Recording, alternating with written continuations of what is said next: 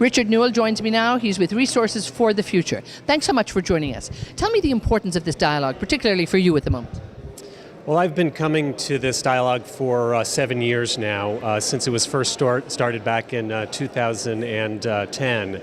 And what I can say is that there's been really a normalization of the conversation. When we first started this, the frequency of conversations between member countries and analysts from the International Energy Agency and from OPEC was very unusual. And since then, what we really see is just a normalization of that dialogue, the extent to which there's just an open conversation about how we can improve data about the energy sector, and how we can also increase mutual understanding about the different assumptions that go into our outlook for what the future energy system is going to look like. That has dramatically improved. The dialogue has also been extended to incorporate experts from industry and from nonprofit organizations over the years, and so this has really increased. So in the current dialogue, we talked about future expectations for energy and oil demand in the future, how that depends on changes in the marketplace, how that depends on changes in technology, how that depends on changes in technology, a wide variety of viewpoints on that. But I think we learn from one another, particularly when there's differences in viewpoints, and we unpack where those differences come from, because really a better understanding of our expectations for the changes in the future energy system will help markets evolve and help supply and demand evolve in a way that's consistent and stable over time. And of course, we've been at a period of horrendous uncertainty, and it is about bringing that stability back into the market. Do you find over the years that the industry has got together and realizes that it must actually cooperate a bit more, it must talk more, because ultimately it's stability in the market that's good for everybody? Yeah, well, the interesting thing about these conversations is in industry there's both opportunities for collaboration, there's also competition, right? There's competition among technologies, there's competition among different suppliers from different regions, focusing on different parts of the energy system, whether it's unconventional oil and gas, conventional oil and gas, offshore, onshore, renewables, fossil fuels. So the dialogue is very interesting because it is about trying to come to a mutual understanding about what the future may look like so that we can plan, but at the same time recognizing that it's not all about collaborations, it's also about competition, but competition in a way that we can understand in a way that allows for consistent decision making is really important. When we look at the state of the market at the moment, I mean, we've had that oversupply for many years here, the recent OPEC, non-OPEC decision. Are you finding that there is a real sense of stability coming back into the market, and hopefully this will be prolonged?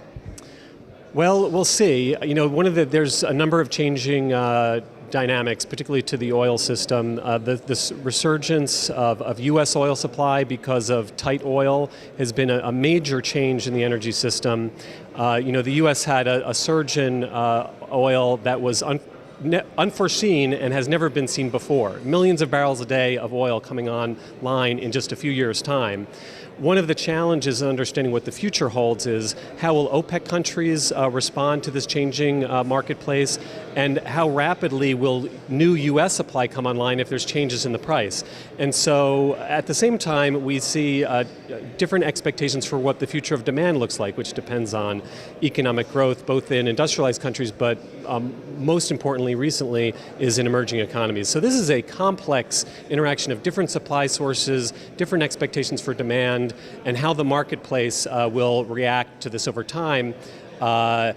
Stability is certainly desired, and we'll see how stable the market is moving forward.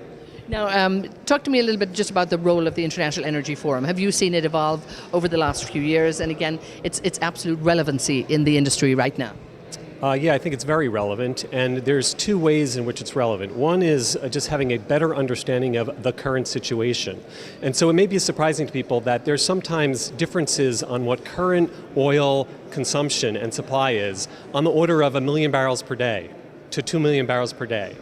There's a gap in that understanding, and much of this has to do with new sources of supply and consumption coming online in emerging economies, but these are the fastest growing part of oil consumption, so we need to get a better understanding of that. Places like China and Africa increasing their demand for oil. So a better understanding of the current data situation is one really important role the International Energy Forum plays, an example of that being the Joint Oil Data Initiative. Another key thing that the International Energy Forum does, and a role they play, is in helping us have a better mutual understanding of future forecasts of the energy system. Because again, it's not that there's a desire to have everybody have the same beliefs or expectations for the future, but it's through understanding where those differences are and what the range of possibilities are that we can provide better stability to the markets. Because if you can't have, the better information you have for what the future might hold, the better you can plan and invest and have more stable markets. And I think that everybody agrees that that is a desirable thing. Super, and just finally, the role of CAPSARC here, or not the role, but the roundtable today. I mean, tremendous energy in that room there, tremendous exchange of knowledge. How important is it, this thought leadership roundtable, that you all contribute to it? I think it was an excellent roundtable, and I'm on the International Advisory Council of CAPSARC. I've known CAPSARC actually before it was even created, when it was being developed, and have been really pleased to see how CAPSARC has grown and strengthened over time, and also the relationship now between the International Energy Forum and CAPSARC hosting these dialogues. We heard a wide variety of viewpoints coming from many different parts of the world on what the future for tight oil might hold in the United States, what the future for demand might be globally.